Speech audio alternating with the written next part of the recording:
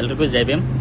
ಇವತ್ತಿನ ವಿಶೇಷ ಏನಂದರೆ ದಿನಾಂಕ 29/3/2026 ಬೆಳಗಾವಿ ಜಿಲ್ಲೆಯ ಚಿಕ್ಕೋಡಿ ನಗರದಲ್ಲಿ ಅಂಬೇಡ್ಕರ ವಿವಿಧ ದಿವಸ ಸಹಕಾರ ಸಂಘ ಉದ್ದೇಶಿತ ಶಾಖೆ ಚಿಕ್ಕೋಡಿ ಈ ಶಾಖೆಯನ್ನು ಉದ್ಘಾಟನೆ ಕಾರ್ಯಕ್ರಮ ಇರುತ್ತದೆ.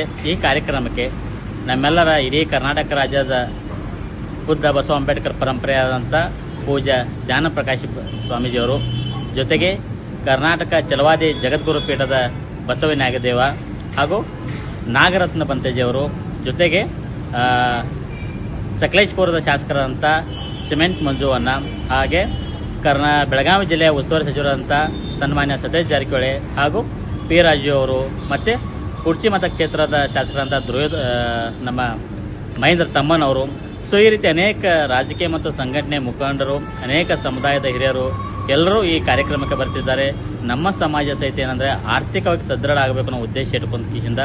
ಸೊ ನಾವು ಒಂದು ಇಡೀ ಕರ್ನಾಟಕ ರಾಜ್ಯದಲ್ಲಿ ತುಂಬಲ್ ರಾಮನ್ ಅವರ ನೇತೃತ್ವದ ಮುಖಾಂತರ ಈ 31ನೇ ಶಾಖೆಯ ಉದ್ಘಾಟನೆ ಕಾರ್ಯಕ್ರಮಕ್ಕೆ ಸಮಸ್ತ ದಲಿತ ಬಾಂಧವರು ಅಥವಾ ಪರಿಶಿಷ್ಟ ಜಾತಿ ಮತ್ತು ಪರಿಶಿಷ್ಟ ಪಂಗಡ ಜನಾಂಗ ಮತ್ತು ನೌಕರಶಾಹಿಗಳು ಸಹಿತ ಎಲ್ಲರೂ ಬಂದು ಈ ಕಾರ್ಯಕ್ರಮನ ಯಶಸ್ವಿಯಾಗಿ ಬಾಬಾ ಸಾಹೇಬರ ಕಂಡಂಥ ಕನಸನ್ನು ನೆನಸು ಮಾಡುವಂಥ ಉದ್ದೇಶ ಇಟ್ಕೊಂಡು ಆರ್ಥಿಕ ಸಬಲೀಕರಣ ನಮ್ಮ ಮೂಲ ಉದ್ದೇಶ ಇರುವಂಥ ಈ ವಾಕ್ಯದೊಂದಿಗೆ ದಿನಾಂಕ 29/3/2026 ಯಶಸ್ವಿಯಾಗಿ ಏನಪ್ಪ ಅಂತಂದರೆ AVSS ಬ್ಯಾಂಕ್ ಉದ್ಘಾಟನೆ ಕಾರ್ಯಕ್ರಮಕ್ಕೆ ಎಲ್ಲರಿಗೂ ಹಾರ್ದಿಕ ಸ್ವಾಗತ ಬಯಸುತ್ತಾ.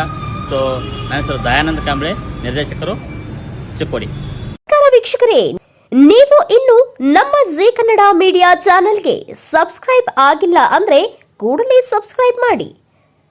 ಇದಿಷ್ಟು ಈವರೆಗಿನ ಸುದ್ದಿ.